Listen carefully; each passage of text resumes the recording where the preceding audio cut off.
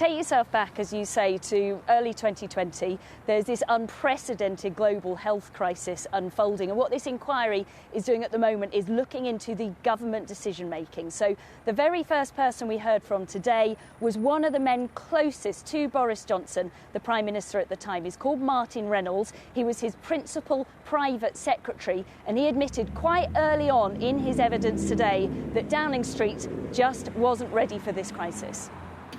Again, I think the real challenge for the Cabinet Office at this stage, in my view, is that it didn't have the plans and processes in place to move from the early stage through to the crisis stage and manage it in the way a normal crisis would be managed.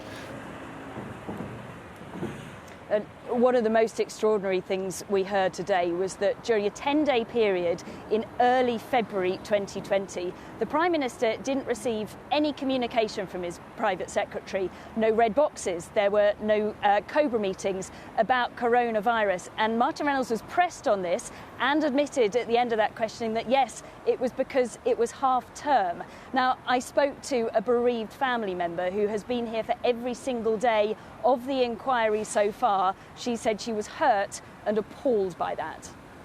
So many people died that really they didn't need to have died. It was completely unnecessary just because people didn't do anything. Now, Martin Reynolds couldn't avoid talking about Partygate today. The focus might have been on decision-making, but he was, of course, later named Party Marty because he sent out that infamous email that you may remember asking staff to come to a garden party and saying, bring your own booze. It caused such anger throughout the UK. This is what he had to say about it today.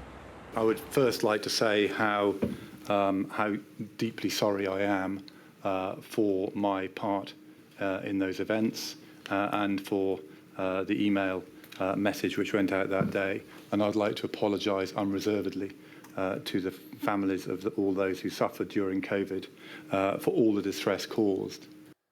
So, Tessa, pretty important testimony from Martin Reynolds there. And I understand that there was also talk about WhatsApp groups and private notes as well.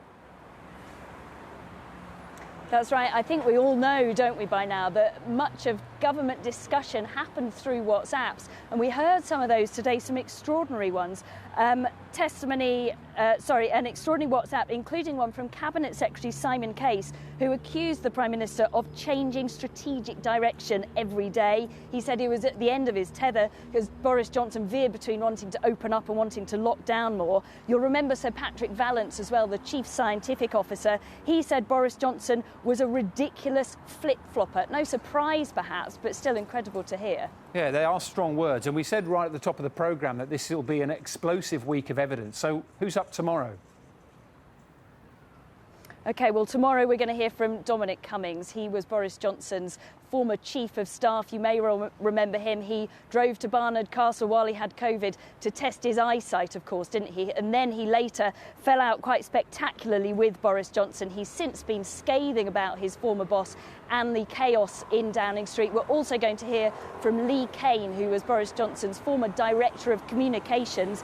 He has called Boris Johnson the shopping trolley, along with Dominic Cummings, because they say he veered from side to side so much when it came to his decision. We're expecting lots of relatives here tomorrow as well, so watch out. It will be a really interesting day of evidence. OK, Tessa Chapman, thank you very much. That's the latest live on 5 News tonight.